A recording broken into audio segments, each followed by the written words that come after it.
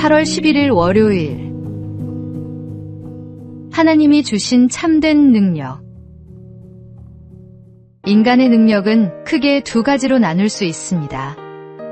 지능, 사고력, 기억력, 논리력 같이 수치화할 수 있는 인지능력과 자기통제력, 감정조절력, 소통 능력, 창의성과 같이 수치화할 수 없는 비인지능력입니다. 예전에는 성공하기 위해서 정해진 답을 잘 기억하는 인지능력이 높을수록 유리했지만 지금 시대 그리고 다가올 미래 시대에는 알 수 없는 미래를 예측하는 비인지능력이 더 중요하다고 합니다. 비인지능력이라는 단어를 가장 먼저 만들어낸 사람은 인지능력이 더 이상 성공을 보장할 수 없다는 사실을 깨달은 미국의 교육학자들이었습니다. 교육학자들이 말하는 비인지능력의 5가지 특징은 다음과 같습니다. 집중력은 비인지능력의 원동력이고, 비인지능력은 다양한 경험을 토대로 천천히 성장하며 실타래 같이 연결된 좋은 성품들이 비인지능력을 늘려줍니다. 또한 비인지능력은 수치화할 수도 없고 도구화할 수도 없으며 오직 인간만이 비인지능력을 갖습니다. 주님이 우리에게 주신 고유한 달란트와 사명이 무엇인지 깨달을 때 참된 비인지능력을 기를 수 있습니다. 세상의 도구와 방법으로 우리 자녀를 평가하도록 그냥 두지 마십시오. 오늘의 말씀, 우리가 세상의 영을 받지 아니하고 오직 하나님으로부터 온 영을 받았으니 이는 우리로 하여금 하나님께서 우리에게 은혜로 주신 것들을 알게 하려 하심이라. 오늘의 만나, 세상의 기준이 아닌 하나님의 기준으로 자신의 능력과 가치를 발견하고 그것을 하나님의 영광을 위해 사용하시기 바랍니다.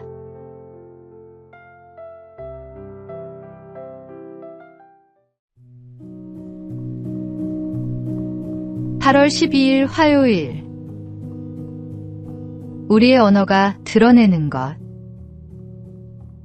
미국 캘리포니아 대학의 심리학의학 연구팀이 스트레스에 대한 연구를 진행하고 있었습니다. 연구팀은 대상자들을 상대로 자신이 요즘 얼마나 스트레스를 받고 있는지에 대한 설문조사를 했습니다. 그런데 막상 조사에 따라 연구를 진행하자 큰 문제가 발생했습니다. 질문에 대한 응답과 사람들의 실제 상태가 판이하게 달랐기 때문입니다.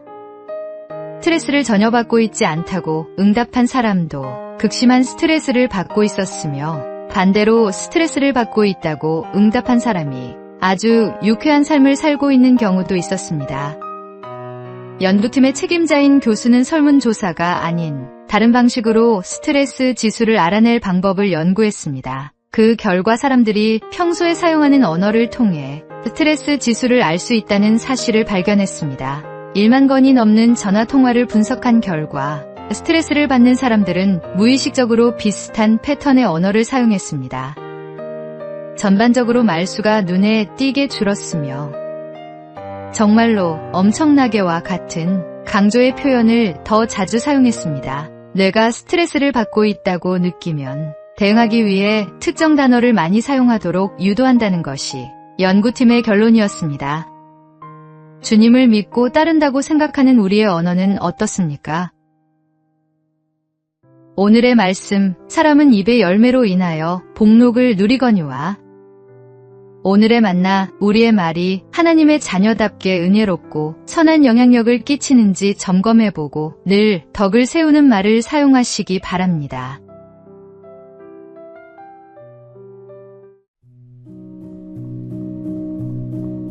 (8월 13일) 수요일. 하나님의 작품인 우리. 미술관에 갔습니다. 전시장을 천천히 둘러보다가 도슨트의 설명을 듣는 관람객들 사이에서 이상한 광경을 목격했습니다. 등받이가 없는 접이 의자에 앉은 사람이 있었던 것입니다. 처음에는 몸이 불편한 사람인가 싶었지만 휠체어가 아닌 접이 의자라니 이해했습니다. 전시장을 나오다가 의문이 풀렸습니다. 입구 오른편에 그 접이 의자들이 줄줄이 걸려 있었고, 안내판에는 예수를 만나는 시간, 인생을 바꿀지도 모릅니다 라는 문구가 적혀 있었습니다. 미술관에서 작품을 감상할 때 사람들은 의자에 앉아 오랫동안 바라봅니다. 그 진지한 시선 속에서 예술가의 마음을 읽고 작품의 의미를 깨닫게 됩니다. 하나님께서도 우리를 그런 눈으로 바라보고 계십니다. 성경에는 하나님이 인간을 창조하시고 보시기에 심히 좋았다고 기록되어 있습니다. 우리 한 사람 한 사람이 하나님의 소중한 작품인 것입니다. 때로 우리는 자신을 하찮게 여기거나 실패작이라고 생각할지 모릅니다. 하지만 하나님은 우리를 향해 항상 사랑의 눈길을 보내고 계십니다. 미술관의 관람객처럼 우리의 삶을 오랫동안 지켜보시며 우리 안에 숨겨진 아름다움과 가능성을 발견하시는 분입니다. 그런 하나님의 사랑 안에서 우리는 진정한 자신의 가치를 깨달을 수 있습니다. 오늘의 말씀, 우리는 그가 만드신 바라 그리스도 예수 안에서 선한 일을 위하여 지으심을 받은 자니. 오늘의 만나, 하나님의 눈에 소중한 작품인 자신의 가치를 깨닫고 그분의 사랑에 감사하며 아름다운 삶을 살아가시기 바랍니다.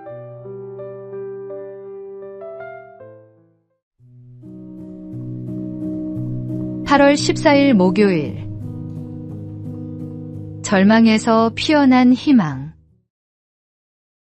보일 듯이 보이지 않는. 동료 속다오기가 46년 만에 우리 곁으로 돌아왔습니다. 1979년 한반도에서 완전히 멸종된 따오기가 경남 창녕에서 자연번식에 성공한 것입니다. 절망적이었던 상황에서도 포기하지 않고 17년간 꾸준히 노력한 결과였습니다. 때로 우리 인생에도 모든 것이 끝난 것 같은 순간들이 있습니다. 꿈이 사라지고 희망이 보이지 않을 때가 있습니다. 하지만 하나님께서는 절망의 땅에서도 새로운 역사를 만들어 가십니다.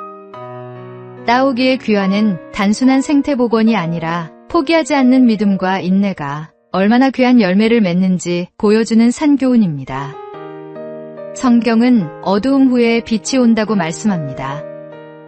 길고 어두운 터널 같은 시간이 지나도 하나님의 때가 되면 반드시 새로운 아침이 밝아옵니다.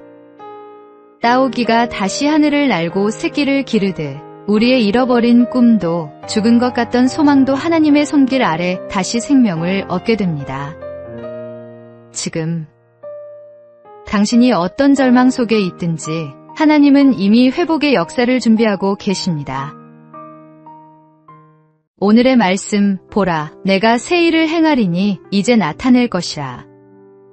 오늘의 만나, 포기하고 싶은 상황에서도 하나님의 때를 기다리며 새로운 희망을 품고 인내하는 믿음을 가지시기 바랍니다.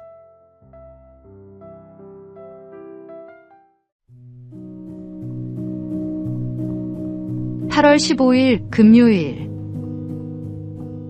복음으로 세운 나라. 1919년 11월 28일 평안남도 도지 사는 한 신학생 대표에게 다음과 같은 편지를 보냈습니다. 월요일에는 우리나라의 교회를 위해 기도해 주십시오.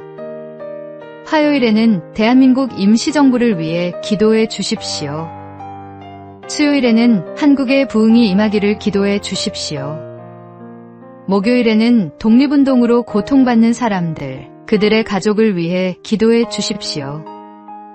금요일에는 우리의 독립이 조속히 이루어지기를 기도해 주십시오.